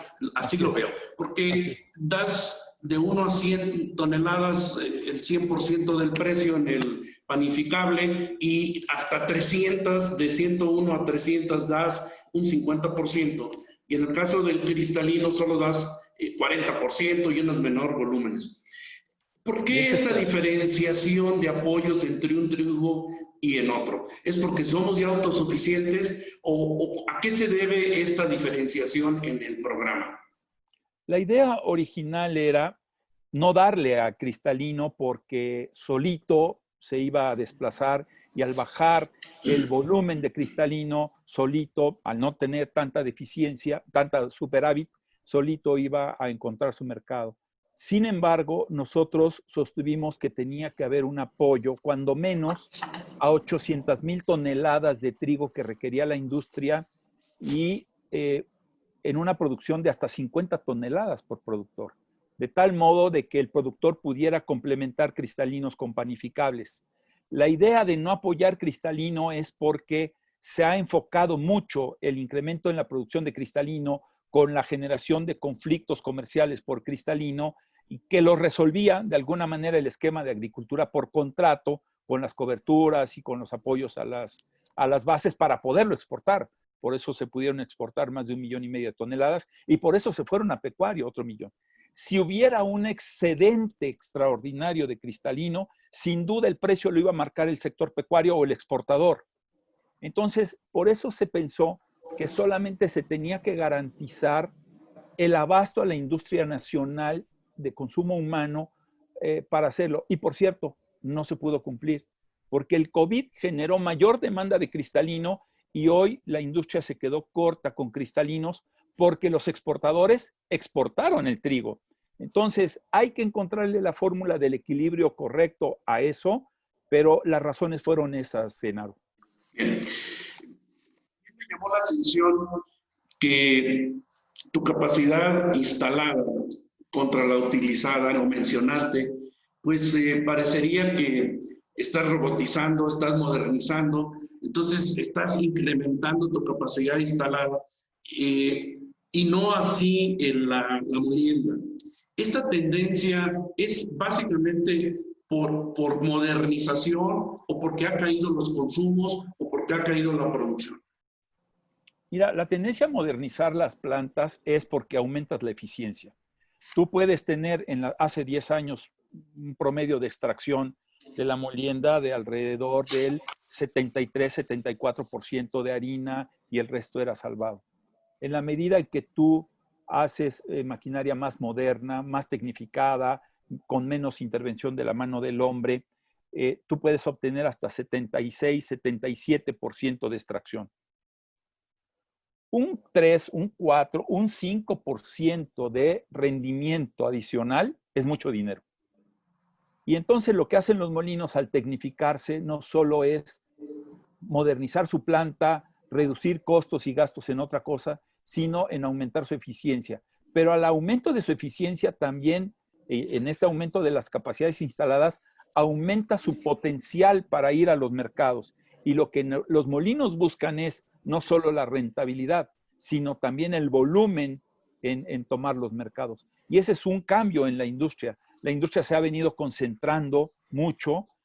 Hoy el grupo número 1 debe tener más o menos el 34% del mercado, cuando antes tenía el 18, 20.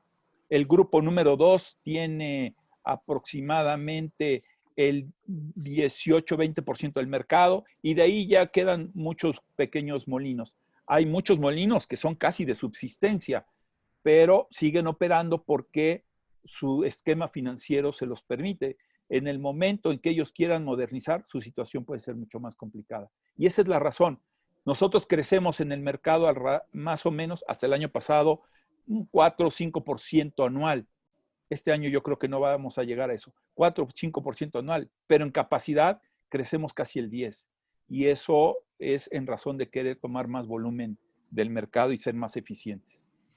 Uno de los grandes objetivos de los precios de garantía, y en la gráfica que mostraste de la historia de agricultura por contrato, con asupos, apoyos, hemos cambiado, cada año hay un esquema diferente, pero el verdadero objetivo de esto pues debería de ser incrementar la producción. Me llama la atención que digas que no tenemos forma de tierras para lograr la autosuficiencia, pero al menos pudiéramos aspirar a lograr la seguridad alimentaria un 75%.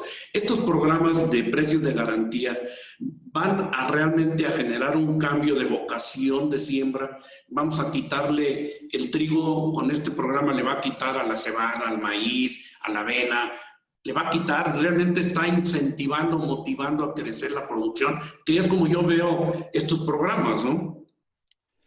Mira, Genaro, yo tengo una apreciación personal de esto y quiero remontarme un poco a la época en que Nacho Valle era el director general de CONASUPO y yo trabajaba ahí.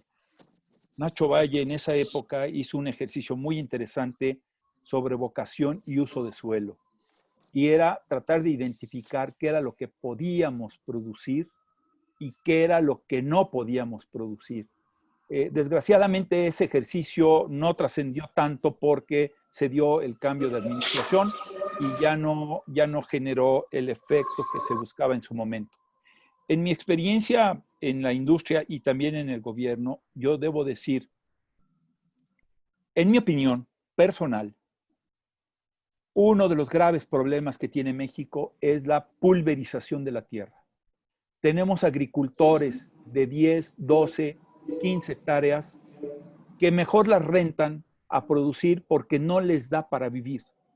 Se necesita para ese productor un sistema de producción diferente, quizá la hidroponía u otra cosa distinta que les permita vivir de ello, sin necesidad del subsidio. Y sin embargo, seguimos aferrados a producir en pequeñas parcelas o maíz o trigo o cebada o lo que sea. Entonces, creo que tenemos que hacer un análisis sobre esta situación en su contexto. La segunda parte es que al no tener un gran acuerdo entre pequeños productores y las organizaciones de productores, porque es cierto lo que dice este gobierno, muchas organizaciones de productores desviaron los recursos que tenían que ser para el agricultor, los desviaron para otras cosas, para cosas políticas, para otras cosas. Y lo que tendríamos que tener es mejores organizaciones de productores que hagan más eficiente la operación de sus parcelas. No lo hay. Entonces, estamos condenados en alguna medida a que esos pequeños productores tengan que vivir del subsidio. Lo que hace esta administración con la 4T es, sí, enfocarse justamente en esos pequeños productores y tratar de sacarlos adelante, porque esos son problema para el país. Al final, una gente que no tiene para vivir bien, para comer bien, va a ser un problema económico y social en el país y de seguridad. Entonces, tenemos que resolver esa parte y yo creo que es una buena lectura del gobierno atender ello. Pero lo que hemos dicho es no desatendamos aquello que nos está generando una mayor producción.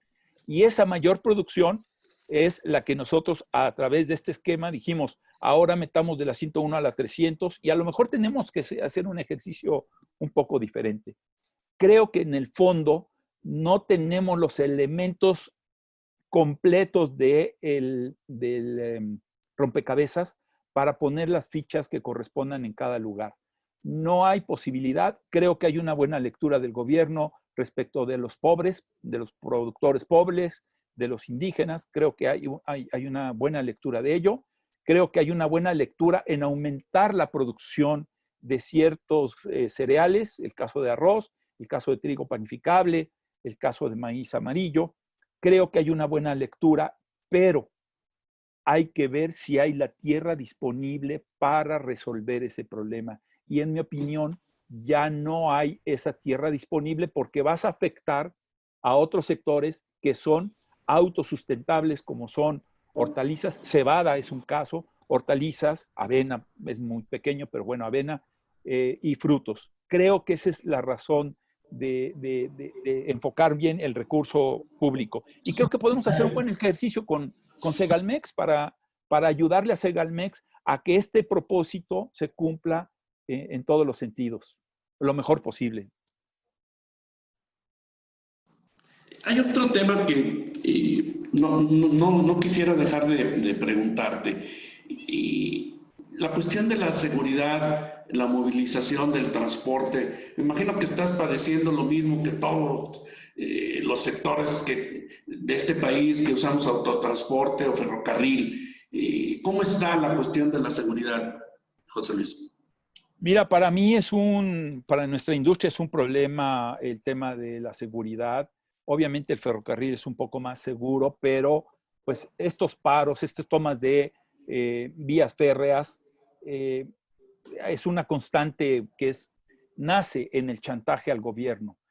Pero al no haberlo parado a tiempo en ese chantaje al gobierno por las razones que fuere, normalmente son económicas, lo que propició es que la gente vandalizara ya también el ferrocarril y empezara a sustraer los productos del ferrocarril. A mí me parece que algo que se tiene que hacer es ir en contra del comprador de lo robado. No solo el que causa el daño, sino el comprador de lo robado. Porque el comprador de lo robado es el que ha fomentado estos siniestros. Eso estoy hablando del ferrocarril. Distinto es el camión, y es un poco distinto el camión, porque el camión es robar para comercializar el producto terminado. Porque nosotros lo que más nos roban son camiones de harina. Hace años nos robaban, nos asaltaban pensando que era azúcar, porque el azúcar se paga de contado, la harina se paga de crédito. Entonces nos robaban pensando que era azúcar. Ahora, pues ya hasta el azúcar, la harina, lo que sea, se roban y se comercializa a precios inferiores. Y son delincuencias organizadas, porque estas bandas que están robando las harinas incluso tienen amenazados a los clientes para vender lo robado. Y los clientes, cuando tú llegas y dices, este es mi número de lote y está reportado como robado, dice, llévatelo. Yo no fui. Llévatelo y no digas nada porque el delincuente me tiene amenazado. Hay regiones donde incluso hay compradores teóricos de harina que controlan el mercado de abastecimiento en poblaciones completas, diciendo que aquí nada más se vende la harina marca X, la que tú quieras, y no se puede vender otra. Y eso es un control de la delincuencia organizada sobre el comercio. Eso es grave, sí, lo sufrimos. Por eso Felipe de Javier Peña les estuvo dando una charla sobre seguridad, porque estamos muy metidos con Concamín y con las organizaciones de seguridad para combatir este flagelo, pero no está fácil. Es muy, muy difícil. Nos queman camiones, nos roban camiones, los destruyen. No hay manera, pero hay que seguir picando piedra, Genaro, igual que ustedes. Lo que yo creo que tenemos que hacer es trabajar de la mano para presionar a que la autoridad ejerza su poder público. Me gustó mucho tu video, el video que presentaste sobre todo lo que es sanidad. ¿Has tenido algún brote, algún problema de sanidad en las plantas o lo hemos podido controlar con todas las medidas, José Luis? ¿Cómo está la salud de nuestra gente? ¿Cómo están las medidas sanitarias? ¿Has podido seguir trabajando toda la cadena sin problema alguno? ¿Cómo está el sector en cuanto a sanidad? Bien, yo te diría, hemos tenido brotes propiciados fundamentalmente por los agentes de ventas y los macheteros que van a ver a los clientes y que ahí se han encontrado con algún problema de contaminación. Y sí, en la industria tenemos 5 fallecidos, somos 10,000 empleados, más o menos. Sí, más o menos somos como 10,000.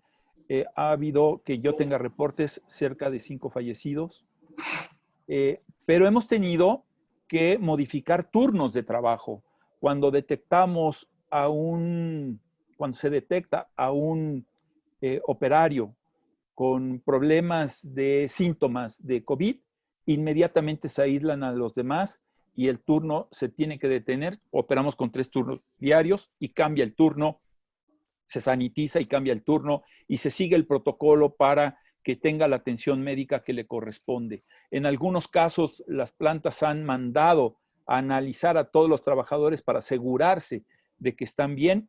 Nosotros seguimos operando normalmente, salvo, insisto, la caída de ventas que nos ha propiciado, en algunos casos, reducir turnos de trabajo, han bajado turnos, pero seguimos operando sin ningún problema. En algún caso tuvimos el 50% de los operarios de un turno con COVID, se mandó a su casa a todo el turno para que estuvieran aislados y la empresa siguió operando con otros turnos. En algunos teníamos incluso plantillas de reemplazo si se presentaban estos problemas y afortunadamente no ha habido casos de necesidad de usar a las plantillas de reemplazo más que en algunos operarios.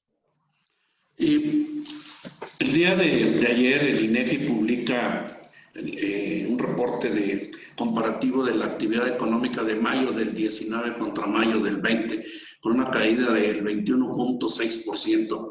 Pero nuestro sector agropecuario es el único sector que crece el 1.6%.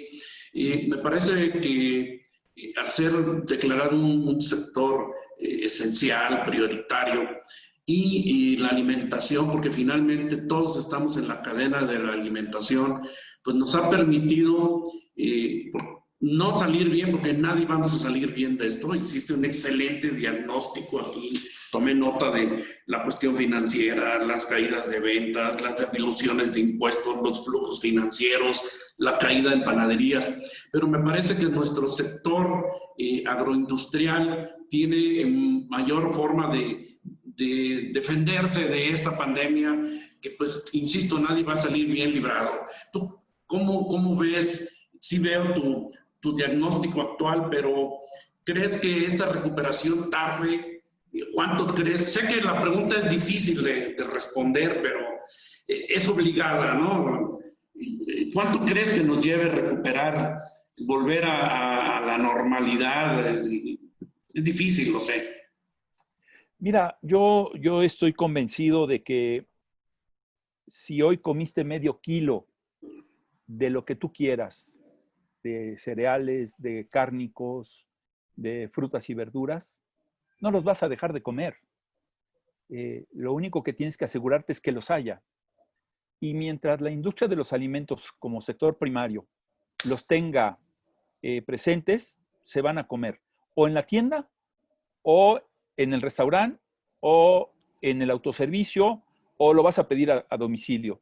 Se van a comer. Yo creo que esta caída fue también producto de una gran confusión y lo que nosotros tenemos es una disminución en el crecimiento, pero seguimos creciendo, igual que ustedes. Entonces, lo que va a suceder es que va a haber un reacomodo y ya que nos reacomodemos, vamos a volver a iniciar con un crecimiento en la misma medida de como lo veníamos teniendo y quizá aún más, porque hoy se ha descubierto también que las amas de casa, hasta los señores, ya sabemos cocinar mejor, ¿no?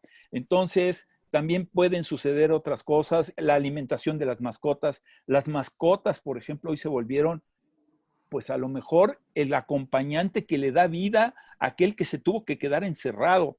Y eso no lo vamos a poder dejar pasar por alto que también es un recurso que va a quedar ahí. Yo creo que el año que viene vamos a tener un buen año de no presentarse rebotes del COVID.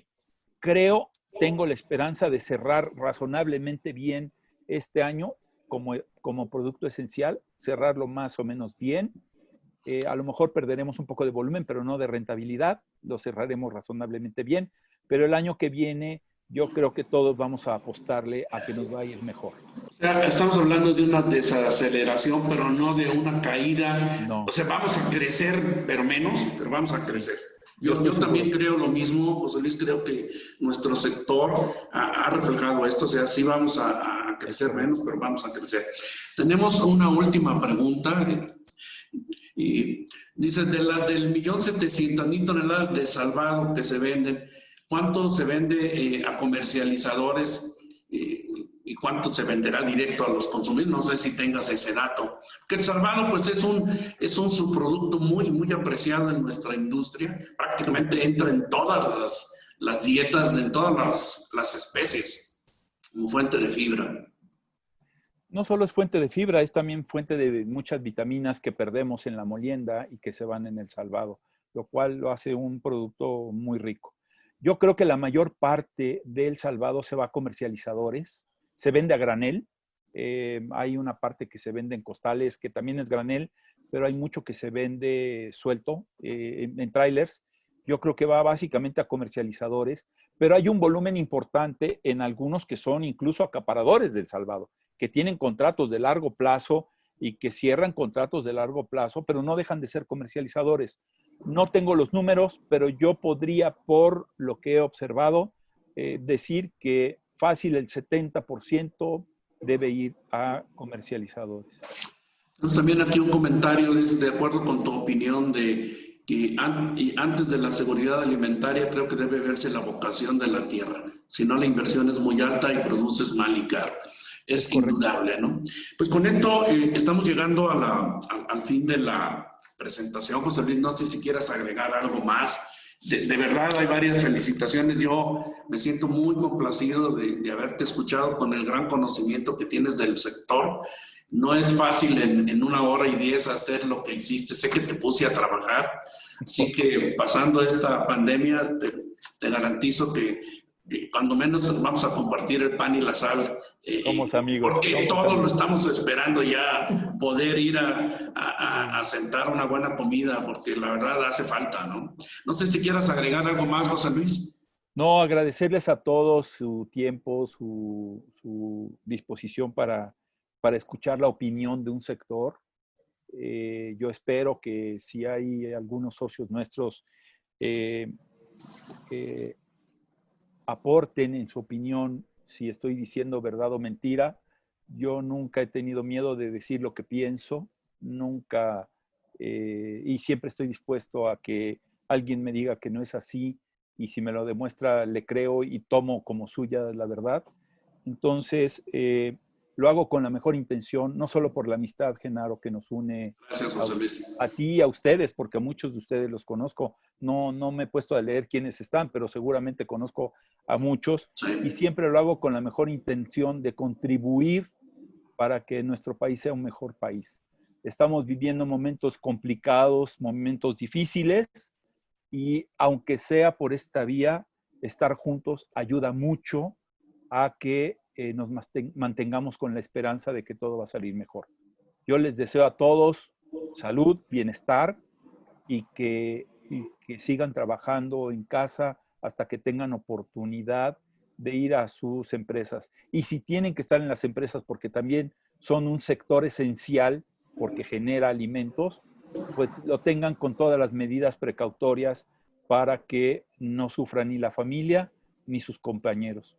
Gracias a ti, Genaro, gracias a todos por escucharme y por atenderme.